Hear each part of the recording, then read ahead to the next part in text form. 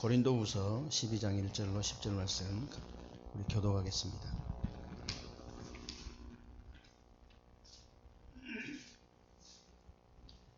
고린도후서입니다. 신약성경 298페이지 되겠습니다. 고린도후서 12장 1절로 10절을 한 절씩 교독합니다.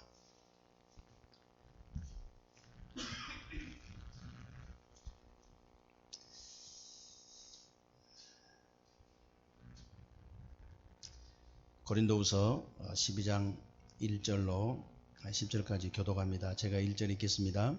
무익하나마 내가 부득불 자랑하노니 주의 환상과 계시를 말하리라.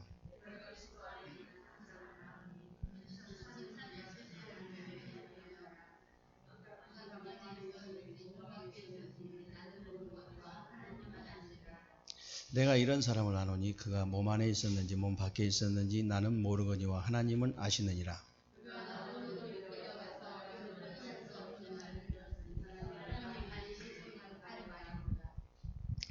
내가 이런 사람을 위하여 자랑하겠으나 나를 위하여는 약한 것들 외에는 자랑하지 아니하리라.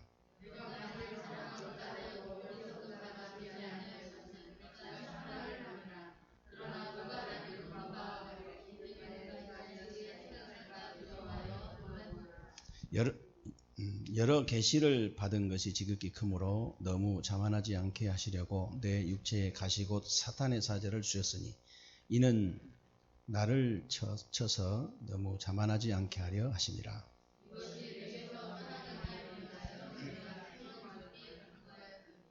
나에게 이르시기를 내 은혜가 내게 족하도다. 이는 내 능력이 약한 데서 온전하여짐이라 하신지라. 그러므로 도리어 크게 기뻐함으로 나의 여러 약한 것들에 대하여 자랑하리니 이는 그리스도의 능력이 내게 머물게 하려 함이라.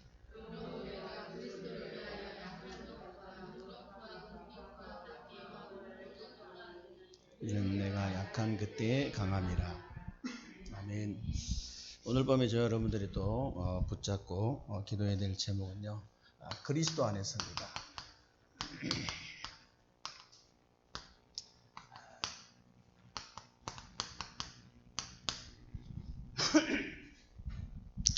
요즘은 이제 경찰도 잘 이해가 안 되고 검사도 잘 이해가 안 되고 판사도 잘 이해가 안 되는 정말로 영적 문제, 심각한 영적 문제 가진 사람들이 계속 늘어나잖아요.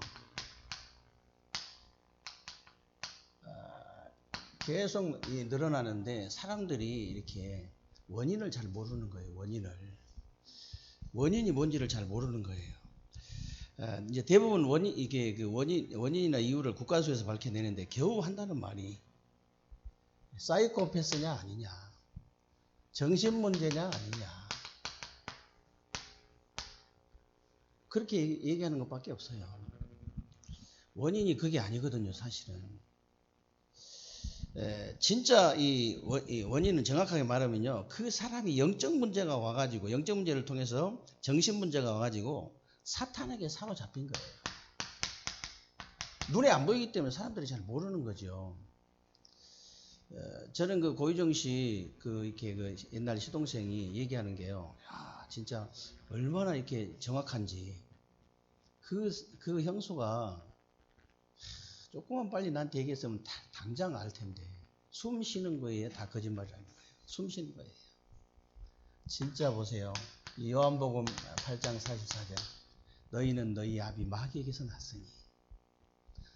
처음부터 있잖아요. 처음부터 너희 아비의 욕심대로 행하고, 처음부터 살인한 자고, 처음부터 그 속에 진리가 없고 거짓말하는 자고, 거짓말쟁이고 거짓의 아비다. 그렇잖아요.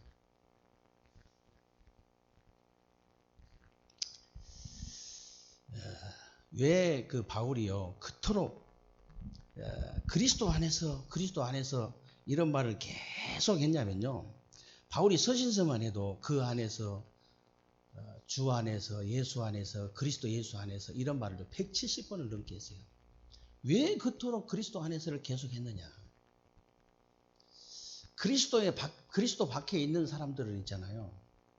그리스도의 밖에 있는 사람들은 영적 문제가 오면은 정신 문제가 덮쳐가지고 사단에게 사로잡혀서 저렇게 끔찍한 일을 당하는데요.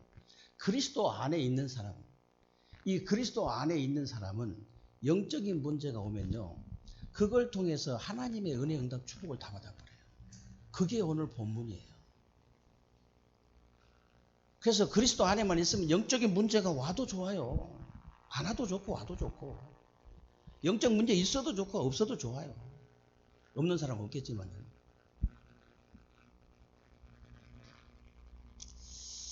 그러면 그리스도 안에 있는 사람들이 왜 그렇게 축복이 되느냐? 그리스도 안에 있는 사람은요, 운명이 바뀌어버려요.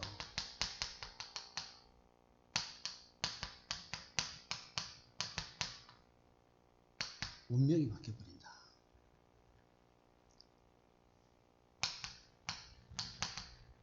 창세기 1장 27절 28절에 보면요, 원래 우리 인간은 하나님의 형상대로 지음을 받아가지고 사실은요, 이 땅에서 생육하고 번성하고 땅에 충만하고 땅을 정복하는 어마어마한 축복을 받은 거잖아요.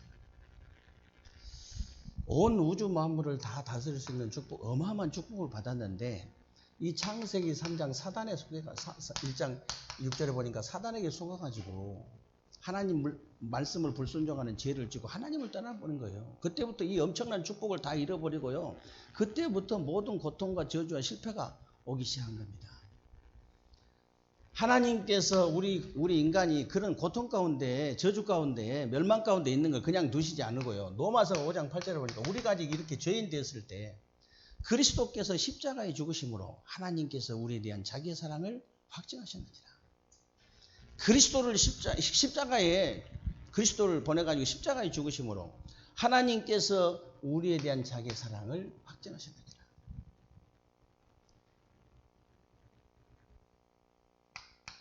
누구든지 이 사실을요, 믿기만 하면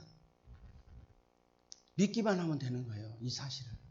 영접하는 자, 곧 그 이름을 믿는 자들에게는 하나님의 자녀가 되는 권세를 주셨으니.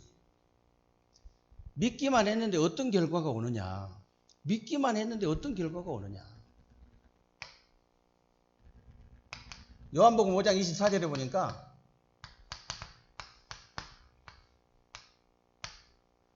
믿기만 했어요. 믿기만 했는데 영생을 얻었고 심판에 이르지 아니하나니 사망에서 생명으로 옮겼느니라.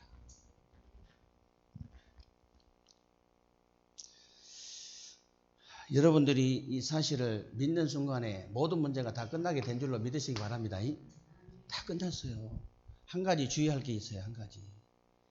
여러분이 다 끝나버렸는데 이 사단은요, 여러분이 계속 흔들리도록 계속 공격을 하는 거예요. 그래서 사단에게 속지만 않으면 돼요. 한 가지밖에 할 게 없어. 이제 다 끝났으니까 사단에게 속지만 않으면 돼요. 그리고 여러분들이 그리스도 안에 있는 사람은요, 운명만 바뀐 게 아니고 신분도 바뀌어버립니다.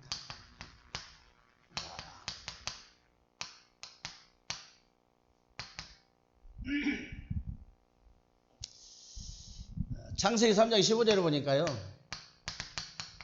여자의 후손이 와서 뱀의 머리를 상할 것이다. 이 그리스도 언약 안에서 저와 여러분이 신분이 바뀐 줄로 믿으시기 바랍니다. 신분이 바뀔 수 있는 다른 방법이 없어요. 그리스도 언약 안에서.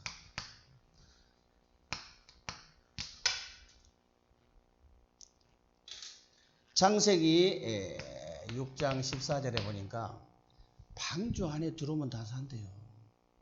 방주는 그리스도의 모형이잖아요. 방주 안에 들어오면 다 산다.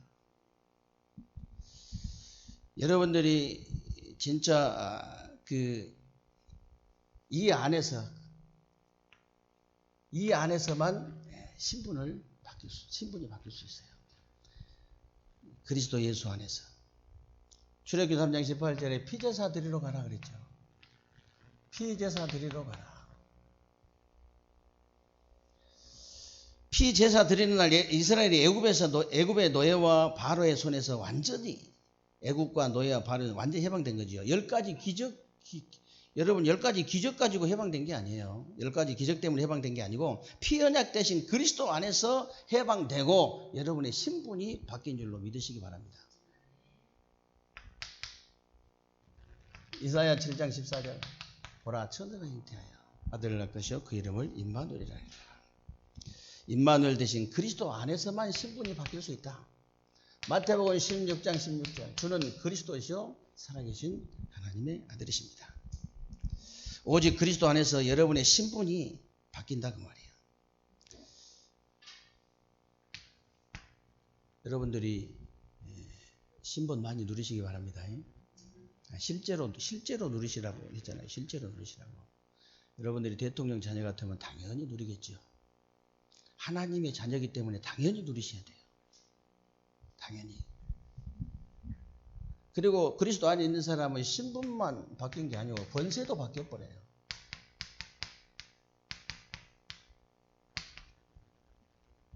권세도. 마가복음 3장 14절로 15절로 보니까 내가 너희를 부른 것은 함께 얘기하며 전도도 하며 귀신을 내어쫓는 권세도 주기 위함이라. 누가복음 10장 19절에 내가 너희에게 뱀과 정갈을 밟으며 원수의 모든 능력을 제할 권세를 주었노니 그랬습니다. 이미 받았어요.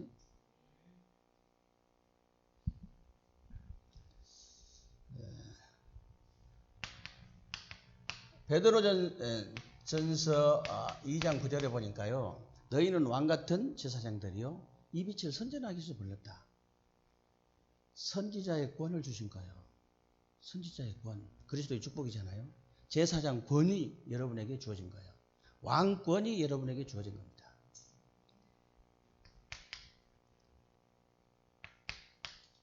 고린도후서 2장 5장 20절에 보니까요. 여러분을 그리스도를 대신하여 사신이 된 사람들이라고 했죠. 그리스도의 대사입니다. 여러분들이 어마어마한 권세예요. 문재인 대통령 대사도 엄청나잖아요. 그 권세가. 문재인 대통령 대사가 아니고 여러분은 그리스도의 대사라. 우리나라의 대사도 어마어마하거든요. 우리나라의 대사가 아니고 여러분은 하늘나라의 대사. 엄청난 겁니다. 눈에 보이질 않아서 그렇지 이게 어마어마한 거거든요. 이걸 믿는 것 보고 믿음이라고 해요. 그래서 저와 여러분이요 빌립보서 3장 20절을 보니까 우리의 시민권이 하늘에 있대요. 우리는 이 땅에 살지만 하늘나라의 시민권을 가진 사람들입니다. 하늘나라의 시민권. 우리나라에 그 시민권이 있기 때문에요. 이번에 그 헝가리죠? 사고 날 때 보세요. 바로 그냥 수색대 보내잖아요. 우리 한국 사람이 참 이렇게 뛰어나요. 그쪽 사람들이 감동 먹어버려 그냥. 감동 받아가지고 그쪽 진짜 우리도 다시 태어나면 한국에서 태어나고 싶다 그래. 얼마나 확실하게 하는지. 생명 걸고 해볼거든 우리나라 사람들은. 진짜로. 다시 태어나면은 우리 한국에서 태어나고 싶다. 그러더라니까. 우리나라 시민권도 대단해요. 그러니까. 우리나라 시민권도. 후진국 가면 우리나라 여권 얻으려고 아주 불법 쓰고 난리. 우리 그 없는 나라에서요. 돈 없는 나라에서 우리나라 돈은 1,000만 원을 들여갖고 우리나라 여권을 이렇게 산다니까. 1,000만 원. 야, 좀 대단해. 우리는 그냥 공짜로 받잖아. 공짜로. 대단해.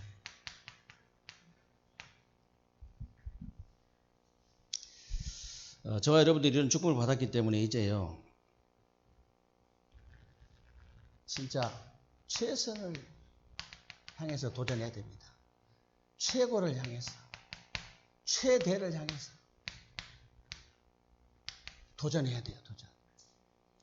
어마어마한 축복 받았잖아요. 혹시 여러분에게 가난이나 질병이나 이런 문제 있습니까? 이거 전부 가지고요. 그리스도 안으로 들어가시기 바랍니다. 그리스도 안으로 들어가 버리면 돼요. 여러분들이 문제 속으로 들어가고 가난 속으로 들어가고요. 이 갈등 속으로 들어가고 질병 속으로 들어가 버리면 죽어버리는 거예요. 결국은. 그러나 저걸 가지고 그리스도 안에 들어가 버리면 다 살아요.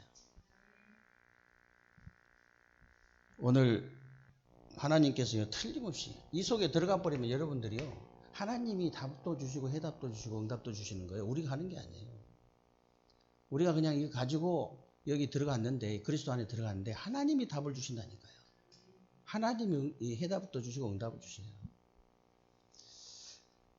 그래서 오늘 그 고린도후서 12장 1절로 10절에 바울의 고백인데요. 시대적인 전도자에게 심각한 영적인 문제가 있었는데, 바울은 이 영적인 문제 때문에 거의 축복 다 받았어요. 거의 축복. 그래서 혹시 여러분과 여러분 가정, 가문에 영적인 문제가 있으면요, 그 안에 모든 축복이 다 들어있다는 사실을 믿으시기 바랍니다. 지금 그 기독교인들 중에서도요, 훌륭한 사람, 똑똑한 사람, 진실된 사람, 겸손한 사람, 정직한 사람, 경건한 사람 많이 있어요. 근데 오직 복음이 된 사람이 별로 없어요. 그런 사람은 많이 있는데 오직 복음이 된 사람이 별로 없어요. 그렇다고 기독교인이 전혀 개념 없는 사람이나 이상한 사람이나 모자란 사람이나 아무 힘이 없고 아무 멋대가리 없는 사람이 되란 말이냐? 그런 말이 절대 아니에요. 그런 말이 절대 아니고, 오히려 기독교인은요, 규모가 딱 있어야 됩니다. 누가 봐도 정상적이어야 돼요. 객관성도 있고 주관성도 있고 합리성도 있고 균형도 딱 맞추고 조화가 딱 이루어져야 됩니다. 그래서 여러분들이요, 교회, 가정, 현장이 균형이 딱 맞춰져야 돼요.